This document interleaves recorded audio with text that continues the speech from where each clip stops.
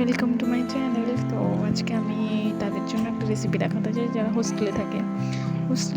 হোস্টেলের মাসিদের আমার হাতের খাবার বা দিদিদের হাতের খাবার মানে খেতে খেতে যদি বোরিং লেগে যায়, তো তখন তাদের জন্য ইলেকট্রিক কেটলিতে আমি সুন্দর একটা চিকেনের রেসিপি তোমাদের কাছে শেয়ার করবো। তো যেই ভাবা সেই কাজ, তারপরে বেরিয়ে বললাম। সকালবেলাতে আমার বান্ধবী, আমি একটু ঘুম থেকে লেট করে ফেলেছিলাম, তাই আমার বান্ধবীকে পাঠিয়ে দিলাম বাজারে।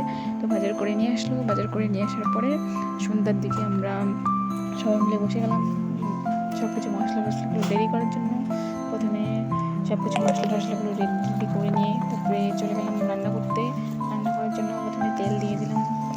তেল দিয়ে দেওয়ার পরে আলুগুলোকে একদম লাল লাল করে ভেজে তুলে নিলাম। তারপরে দিয়ে দিলাম হলো জিরা, তারপরে হলো লঙ্কা, তারপরে তেজপাতা দিয়ে একটু ভাজা করে তারপরে দিয়ে দিলাম পেঁয়াজ কুচি দিয়ে পেঁয়াজটাকে সুন্দর করে ভেজে নিতে হবে, নাহলে চিকেনের টেস্ট আসবে না। তো পেঁয়াজটাকে সুন্দর করে মানে একদম কুচি করে কেটেছিলাম পেঁয়াজটাকে, সুন্দর করে ভেজে নেওয়ার পরে একটু লাল কালার হয়ে যাবে পেঁয়াজটা বা ব্রাউন কালার হয়ে যাবে। তারপরে আমি দিয়ে দিলাম পেঁয়াজের মধ্যে রসুন কুচি, তারপরে দিয়ে দিলাম আদা কুচি, তারপরে দিয়ে দিলাম কাঁচা লঙ্কা বাটা। তো সব কিছু দিয়ে ভালো করে কষিয়ে নিতে হবে যতক্ষণ পর্যন্ত তেল না ছাড়ছে, ততক্ষণ পর্যন্ত কষাতে হবে। তাহলে সত্যি মাংসটা খেতে অনেক টেস্টি লাগবে।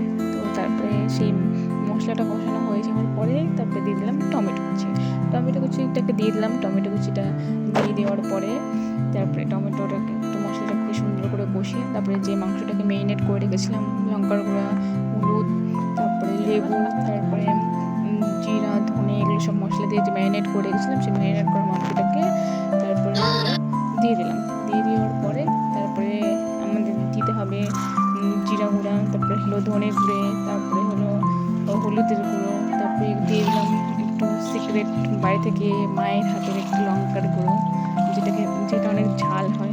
তো ওটা দিয়ে দেওয়ার পরে মাংসটাকে সুন্দর করে কষাতে হবে, একদম সুন্দর করে, যাতে খেতে অনেক টেস্টি লাগে। তো সুন্দর করে কষিয়ে নিচ্ছি। হচ্ছে আমার বান্ধবীগুলো তো একদমই আমাকে হেল্প করতে আসছে না, তো আমাকে একাই রান্না করতে হচ্ছে। তো সুন্দর করে কষিয়ে নেওয়ার পরে তারপরে দিয়ে দিলাম জল দিয়ে দেওয়ার পরে একটু ফুটে যাবে, তখন আমাদের দিয়ে দেওয়ার ফেভারিট আলুটাকে দিয়ে দিলাম ঝোলের মধ্যে আলুটাকে দিয়ে দেওয়ার পরে একটু ফুটিয়ে নিতে হবে।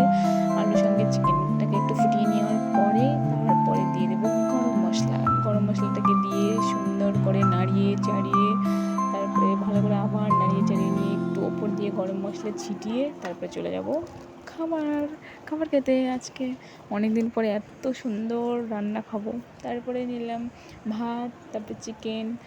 দেখতেই পাচ্ছো বন্ধুরা, চিকেনটা কত সুন্দর সফট নরম হয়েছে। তারপরে নিলাম আলু দিয়ে সুন্দর করে মেখে খেয়ে নিলাম। ও সেই স্বাদ।